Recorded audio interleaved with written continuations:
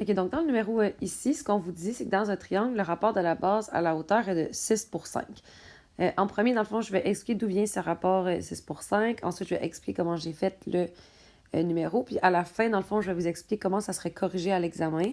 Donc, où est-ce que je mets les points puis tout ça. Donc, si vous voulez, si la correction vous intéresse, c'est juste, vous pouvez aussi attendre à la fin du vidéo. Je vais tout expliquer ça. Donc, le rapport de la base à la hauteur est de 6 pour 5. Ça, faites attention, guys. Ça ne veut pas dire que la base, c'est 6 puis que la hauteur, c'est 5. Ça se pourrait que ce soit 6 puis 5, mais ça se pourrait aussi que la base, ça soit 60 puis que la hauteur, ça soit 50. Parce que quand on réduit cette fraction-là, 60 sur 50, on revient à notre 6 pour 5. Je vous montre une dernière dimension qui se pourrait. Donc, on pourrait aussi avoir une base de 12 puis une hauteur de 10. Parce que quand on réduit cette fraction-là, 12 sur 10, on revient à notre 6 pour 5. Donc, ce que ça veut dire, dans le fond, c'est qu'il y a plusieurs choix de dimensions qui sont possibles. Si j'en fais un dernier même, je peux en rajouter un autre. Ce qu'on pourrait avoir, c'est 6 fois 3, donc 18, puis 5 fois 3, donc 15. Donc, ça aussi, ça pourrait fonctionner parce que quand on le réduit, ça revient à 6 pour 5. Ce que vous devez remarquer, dans le fond, dans les trois dimensions qui sont ici, que j'ai comme inventées, c'est que ici, j'ai multiplié par 10 en haut, 10 en bas. Puis ça fonctionnait. J'ai multiplié par 2 en haut, 2 en bas. Puis ici, j'ai multiplié par 3 en haut, 3 en bas. Donc, c'est ça le point que vous devez comprendre, c'est que le 6 puis le 5, là, dans le fond, l'important, c'est qu'ils soient multipliés par la même chose. S'ils sont multipliés par la même chose, ça va donner une dimension qui fonctionne, qui va donner une fraction équivalente à 6 pour 5. Donc ça, c'est pour ça, dans le fond, c'est de là que ça vient le 6x puis le 5x, parce qu'on a multiplié le 6 puis le 5 par un nombre. On ne sait pas c'est lequel. Peut-être que c'est 10, peut-être que c'est 2, peut-être que c'est 3, peut-être que c'est 4, peut-être que c'est 1 million. On ne sait pas c'est quoi le nombre, mais on sait que c'est le même, parce que c'est ça qui va créer une fraction qui est équivalente. Donc, c'est pour ça que j'ai 6x puis 5x. Donc, ma base ici en centimètres, 6x, ma hauteur en centimètres, 5x. Pourquoi ici c'est en centimètres? C'est parce que l'information que je vais utiliser ici, elle est en centimètres. C'est pour ça que ma réponse, dans le fond, ça va me donner quelque chose qui est en centimètres. Après ça, dans le fond, on cherche la base de ce triangle. Donc, la base, c'est 6x. On a besoin de la valeur de x. Donc, on va aller voir quelle autre information on nous donne. On nous dit que l'aire de ce triangle, c'est 960 cm². Bien, la formule de l'aire d'un triangle, c'est base fois hauteur divisé par 2. On connaît l'aire, c'est 960. On connaît la base, c'est 6x. On connaît la hauteur, c'est 5x. Et on divise par 2. À partir de là, ici, ce que vous pourriez faire, c'est faire un fois 2 des deux côtés. Ça fonctionnerait. Sinon, moi, ce que j'ai fait, c'est que j'ai multiplié le 6x avec le 5x. 6 fois 5, ça fait 30. X fois x, ça fait x exposant 2. À partir de là, vous pourriez encore une fois faire x2 des deux côtés. Mais moi, ce que j'ai fait, dans le fond, c'est que j'ai divisé par 2 ici le 30. 30 divisé par 2, ça me fait 15. Ensuite de ça, le x 15 te dérange, puis le à la 2 te dérange. Tu vas toujours te débarrasser de ton à la 2 à la fin, fin, fin, fin, fin. Donc, on va se débarrasser du x 15 en premier en divisant par 15 des deux côtés.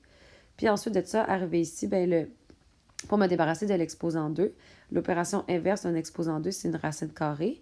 Puis la racine carrée de 64, ça donne 8. Sinon, tu peux y penser dans ta tête. Quel nombre à la 2 donne 64? C'est 8 fois 8 qui donne 64. Une fois dans le fond que j'ai la valeur de x, je peux trouver la base. Ma base, c'était 6x. Donc, j'ai remplacé. Donc, c'est 6 fois 8. Puis, dans le fond, ça me fait 48 cm de base. Nous, on la voulait en millimètres. Puis, ça fait, dans le fond, 480 millimètres. Ça veut dire que, tu sais, tout à l'heure, quand j'étais comme, peut-être que c'est un x 10, peut-être que c'est un x 2, peut-être que c'est un x 3. La réponse, dans le fond, ici, c'est que c'était un x 8 qu'on devait faire. Donc, ça fait 6 fois 8, 48. Puis, la hauteur, dans le fond, ça aurait été 5 fois 8, 40. Puis, 48 sur 40, ça se réduit à 6 pour 5. Voilà.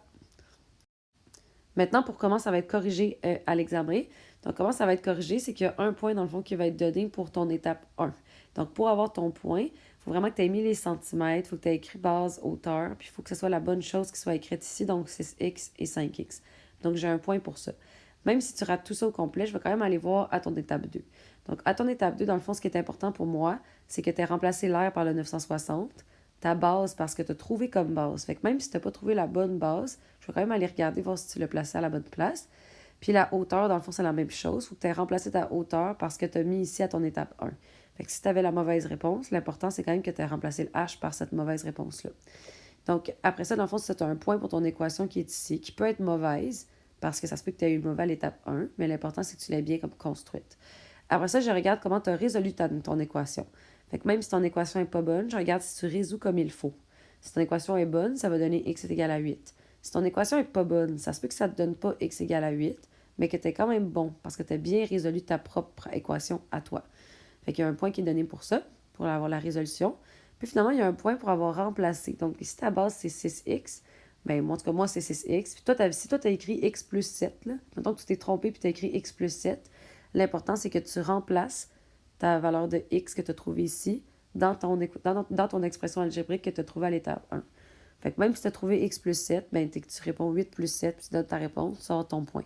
L'important en étape 3, tu prends l'expression algébrique que tu avais pour ta base, tu remplaces le x parce que tu as trouvé ici.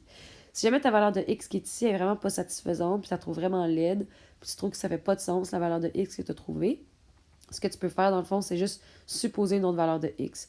Dire, madame, je sais que c'est pas bon, j'ai pas le temps de le recommencer, mais donc je vais supposer que le x c'est autre chose. Fait que vous pouvez supposer une valeur pour pouvoir avoir plus de facilité à faire l'étape 3. Voilà.